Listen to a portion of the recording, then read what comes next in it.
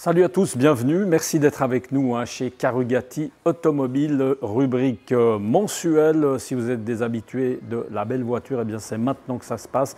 Et là, vous allez voir qu'aujourd'hui, eh bien, on va parler plutôt de voitures historiques. On est dans la partie historique, voiture ancienne de chez Carugati Automobile. Et puis on est, comme d'habitude, bien entouré des deux patrons de ce garage, Tiziano à ma gauche, et puis également Fabrizio, qui cette fois-ci n'a pas mis son masque comme la dernière fois, mais affiche un superbe polo. On va commencer par le polo. Ce n'est pas forcément le sujet du mois, mais sympa, c'est nouveau. Ouais, c'est une petite nouveauté, on est en train de les tester.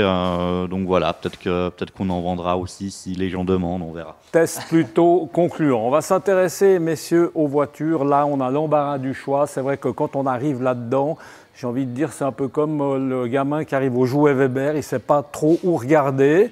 On a le droit de toucher, pas trop, un peu, Tiziano. Mais là, on se rend compte que c'est vraiment toute la passion familiale qui est un peu réunie comme ça dans ce garage et dans cet endroit. On aime bien même venir s'y rendre juste comme ça pour le plaisir des yeux. Hein. Absolument, beaucoup de gens viennent, font des photos, regardent, sont ébahis. Donc c'est un peu ce qu'on aime.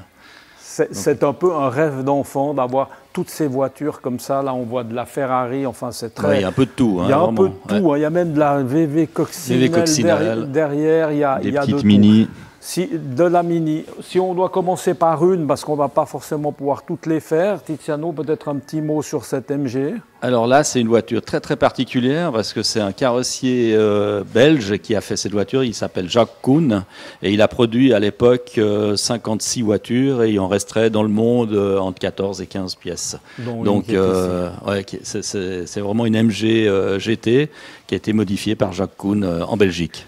On va une petite préciser. Eston. Ouais, un peu une petite Eston. Bon, la face avant, c'est dur de la filmer avec la porte, mais on dirait une petite Eston. C'est très mignon. On va peut-être rappeler bien évidemment que ces voitures sont là, on a l'impression d'être dans un musée, mais c'est quand même toutes des voitures hypothétiquement, forcément, à vendre au besoin. Oui, absolument. C'est vrai. On va peut-être s'intéresser, parce que les gens aiment bien, on parle voiture historique. Alors il y en a une, elle est un petit peu cachée là derrière, cette Ferrari, qui a un parcours assez sympa avec un livre qui va avec. Oui, alors c'est une Ferrari Daytona qui a eu une historique assez particulier, parce qu'elle a appartenu à Patrick Dempsey, qui est un pilote reconnu aujourd'hui et qui a une écurie de course, et qui a roulé aussi pour Ferrari au 24 heures du Mans.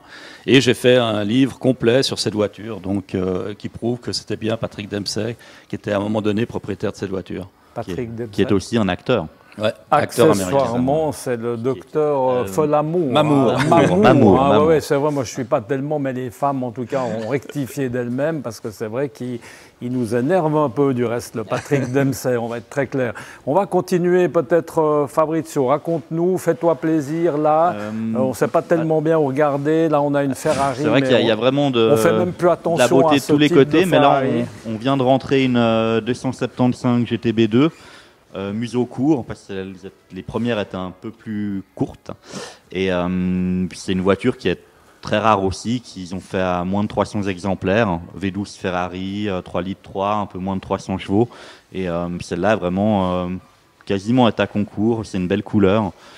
Très jolie pièce que mon père avait vendue il y a bientôt 20 ans ou 25 ans et que le propriétaire avait gardé jusqu'à présent. Un petit mot. On disait tout à l'heure, Tiziano, ce qu'il y a de sympa, c'est que toutes ces voitures, finalement, depuis la Ferrari jusqu'à la VV là-bas derrière, elles ont toutes un peu une histoire. En tout cas, pour toi, elles veulent dire quelque chose. Elles ne sont pas forcément là par hasard. J'arrive pas à vendre une voiture que moi-même, personnellement, j'aime pas. Donc, toutes ces voitures me procurent quelque chose. Donc, les coccinelles, on a vu les films, la coccinelle, il y a la petite Fiat Jolie, elle est incroyable. La Porsche qui est là-bas a fait des courses incroyables dans le monde. Donc, la Bugatti, on n'en parle même pas, c'est un chef-d'œuvre. Donc voilà, chaque voiture a quelque chose qui nous plaît, et à moi et à mon fils. Par la même occasion, il y en a qui sont, alors du même coup, difficiles à vendre. Il y a des voitures, Fabrizio, dont on a du mal à se séparer. On a même carrément pas envie de les vendre. On dit non, elle n'est pas à vendre, celle-ci. Oui, ça peut arriver, dont une Dino qu'on a rachetée il y a une dizaine d'années et qu'on en a déjà parlé, mais qui Tiziano a mis très longtemps à acheter. Et à part si on lui offre un prix de fou, il la vendra jamais. Voilà, mais là, ça devient sentimental. C'est même plus Les par voitures rapport qu'on au cache comme ça, par rapport au marché. elles sont à moitié à vendre, mais pas vraiment. Pas beaucoup, parce que je pense qu'il ne faut pas avoir trop de voitures dans une collection. Il faut vraiment avoir les voitures qu'on aime et qu'on utilise. Autrement, on a souvent des problèmes avec quand elles restent arrêtées. Alors, le devant du garage, c'est celui qu'on connaît le mieux. On y est souvent. Hein, c'est là où il y a des voitures. Disons, il y a quand même un petit peu de voitures parfois un peu anciennes, mais pas vraiment historiques, mais surtout des voitures actuelles. Ici, alors là-bas de l'autre côté, on sait que ça bouge constamment. Hein, c'est jamais le même décor. Chaque mois, on voit d'autres trucs. Là, ça bouge quand même, vu la Oui, ça bouge quand même. Là, c'est une période un peu plus calme maintenant, mais autrement, il y a eu je dirais, il y a 4-5 ans, c'était vraiment un gros marché qui bougeait beaucoup. Et puis, voilà, c'est vrai qu'en moyenne, une voiture ancienne se vend moins vite qu'une voiture moderne, normalement, mais après, il n'y a pas de règle. Celui qui achète de la voiture ancienne, Tiziano ou Fabrizio, hein, c'est vraiment, voilà, on achète avant tout, on revient un peu dans ce mot passion, on achète, et puis il faut l'acheter comme ça, il ne faut pas l'acheter en pensant qu'on va faire l'affaire du siècle. C'est ce que je dis à tous mes clients aujourd'hui, si vous achetez quelque chose, quel que soit l'objet d'ailleurs, vous aimez l'objet et vous avez la passion, vous allez l'utiliser, donc si les prix augmentent, bah, tant mieux. Mais ce n'est pas, je dirais, la raison première pour acheter ce genre de voiture. Pour moi, c'est qu'une passion. On peut parler peut-être, elle m'interpelle celle-ci, parce que celle-ci, alors comme voiture ancienne, elle est un peu là. Un mot sur cette Bugatti, on n'en voit pas tous les jours dans les rues basses. Ouais, c'est un chef-d'œuvre, cette voiture. Elle a 100 ans pratiquement, et les gens roulaient avec ça. C'est une 1927. Et c'était une voiture incroyable, c'est mythique. Bugatti, c'est mythique. Hein. C'est la voiture. C'est très rare. C'est très rare. Non, c'est très rare. Ouais, vraiment compliqué à trouver ça. Et ces voitures, parfois, est-ce qu'on les sort? Parce qu'on sait qu'une voiture, il faut qu'elle ait quand même un besoin de rouler parfois. On est obligé il y a un entretien, des gens sortent ces voitures de temps en temps. Régulièrement. Même nous, on essaie de les déplacer, de les mettre en route, tout, pour pas que, justement, au moment où on les remet en place, on ait des problèmes. D'ailleurs, toutes les batteries sont branchées. Quand on démarre une voiture et que la voiture ne veut pas démarrer, on change la batterie direct, on ne se pose même pas de questions. Donc c'est vraiment un travail qu'il faut faire régulièrement. Et puis là, il y a encore une petite BMW comme ça, au hasard. Ouais, 3 litres CS des années 70. Celle-là, elle a la particularité qu'elle a été livrée neuve à Genève et que c'est une vraie première main, toute d'origine.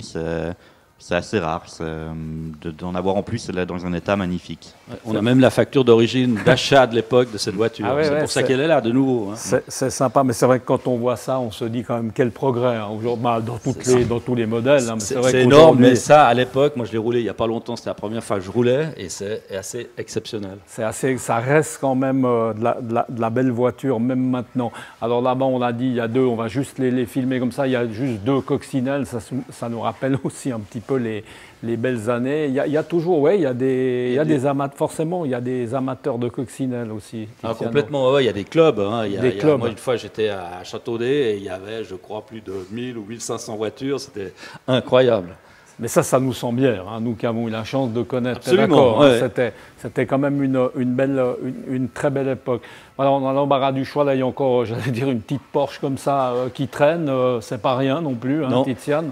Non, elle a un sacré palmarès d'ailleurs, cette voiture. Et avec toi, en plus. Non, moi je n'ai pas roulé celle-là. Pas celle-là, c'en est une qui n'a pas eu la chance de rouler avec toi. On va terminer cette émission, vous allez le voir, sur un petit clin d'œil comme ça, assez sympathique. Alors là, on ne rentre pas dans un garage, mais on rentre dans quelque chose qui fait passion aussi. Tiziano, des bons plaisirs de la vie, hein, des belles passions. Complètement, complètement. Tout est relié d'ailleurs. Il manque plus que la cuisine, un petit côté cuisine. Ça c'est bon, j'ai fait à l'époque la cuisine. Ah oui, très bien, très bien. Pour les amateurs de Havane ou d'autres pays, hein, mais voilà, on a aussi une petite cave à cigares et on a quelques amateurs, ça va souvent de pair, voiture, cigares, bon vin, bonne nourriture, voilà, les plaisirs de la vie. Et ça, Fabrizio, c'est uniquement une petite réserve personnelle ou bien il y a un commerce comme ça ou bien des cadeaux Il y a un petit commerce passionné, ça permet de se financer ses propres cigares, voilà, mais c'est surtout une passion personnelle à la base. On va dire que c'est pas forcément avec la vente des cigares qu'on met de l'essence dans les Ferrari.